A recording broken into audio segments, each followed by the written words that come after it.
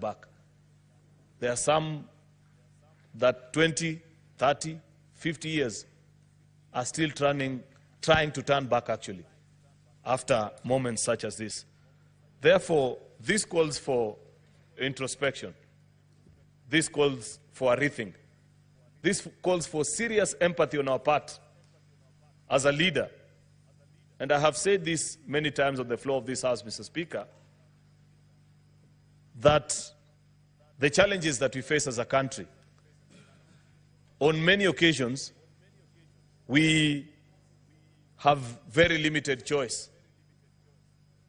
First, in terms of whether to tackle or not, but second and most importantly, on what has been our input as any individual who's in a position of responsibility to get the country to a better space.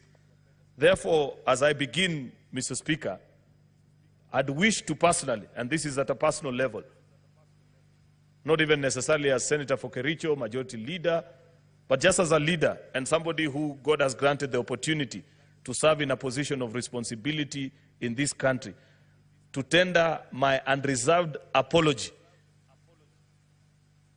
to the country for either by commission or omission, everything that I have contributed into getting us into the mess and the place that we are in. I have reflected deeply the last few days, Mr. Speaker, and looked through my own journey as an individual and asked myself very serious questions, trying to wear the shoes of the ordinary citizens and how they feel at this particular moment about me as a person. I don't want to focus about any other individual, whichever office they occupy, but just me, a citizen of this country, that God in his own wisdom granted the opportunity to serve in a place of responsibility and try to retrace my steps. What is it that perhaps I should have done better?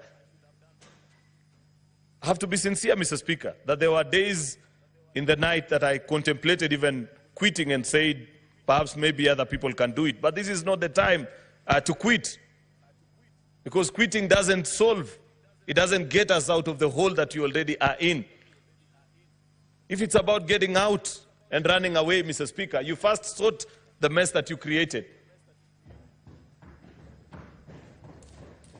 I'm afraid, Mr. Speaker, that I know that is there.